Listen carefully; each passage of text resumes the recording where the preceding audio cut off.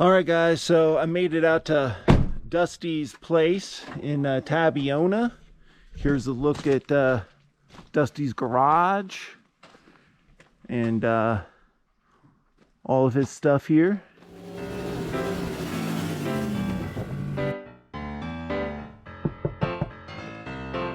Oh, hello! Welcome! So here is what we're looking at. This is the new tank by Dave, Anything Metal in Tabiona. There's his sign there. So we're looking at an 18-inch high by 18-inch wide by 60-inch long double-walled aluminum tank. So this thing is 0.250 thick, which is like unbelievable to me. And I mean, this thing is sweet. This thing is massive. It's gonna hold 85 gallons. And then here are the boxes on the other side. Old buyer's product. And I'm about to pull it into the garage and we'll get this thing worked on. See you soon. All right, guys, so I'm in Dusty's garage. Here we got Dusty up here, and he is working on the fitting for the gravity feed, which is going to be right up underneath at the bottom of the fuel tank. So this is kind of the mock-up area of how the fuel tank's going to look, along with another of the boxes.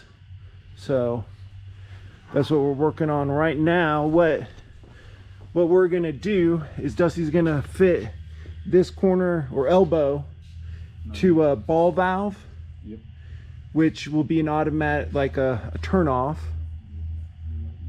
And then we're gonna go up underneath here and he's gonna drill a hole and then run the fuel line down to the fuel filler. This is what the connecting the tank to the flatbed. Heavy duty tabs here. And these fellas are making sure that they're not hitting what's underneath here, which are these grooves, which he just barely missed. That's why we pay Dusty a lot of money. The professionalism.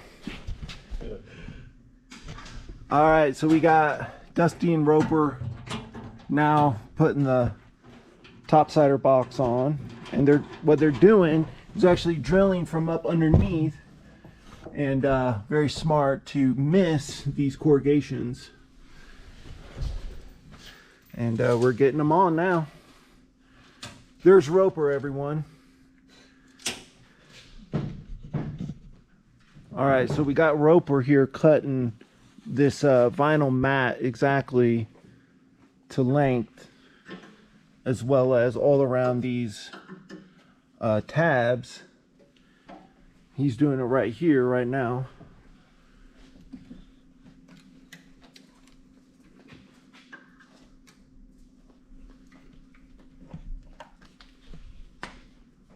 So it's gonna look like a really clean cut.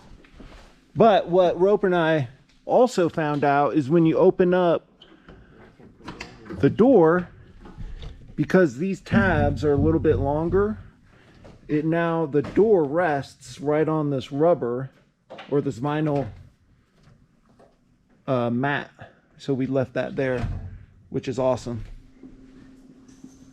All right, so Roper's gonna be doing the switch for the auxiliary switch in your shop. All right, so he's going to be setting up to where we have a switch in the cab. It's our auxiliary number 4 switch. He's just going to set it up, so all we have to do is just hit that, and then it's going to automatically drain into the main tank.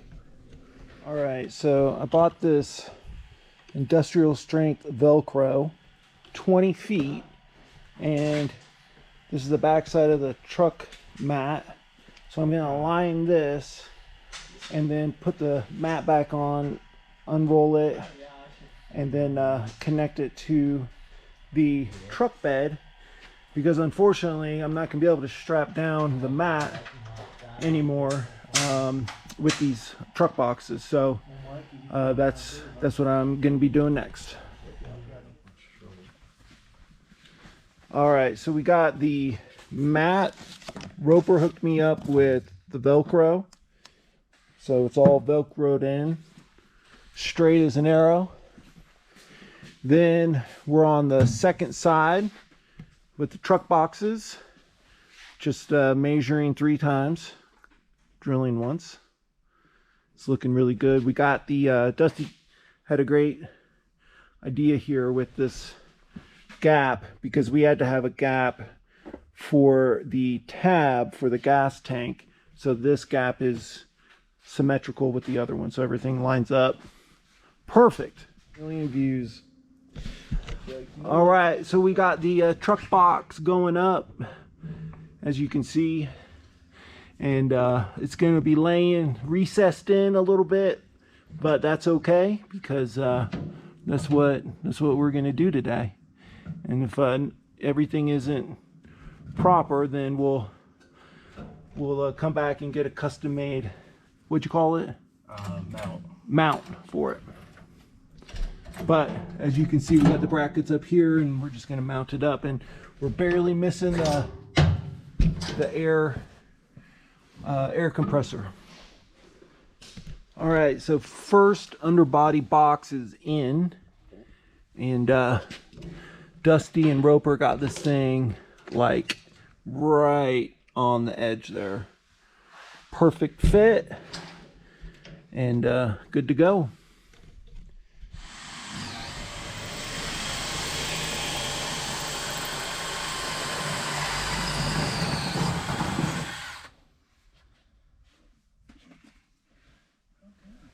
So you're putting 6 in that one? Or 4? 5. 5. Yeah. Just where it's a little bigger. All right, fellas, so it is done. We got the underbody box there. We've got the fuel tank. We've got the buyer's 36-incher here. Here's what the rear looks like now. That's what we'll be putting the camper on. And then coming over here,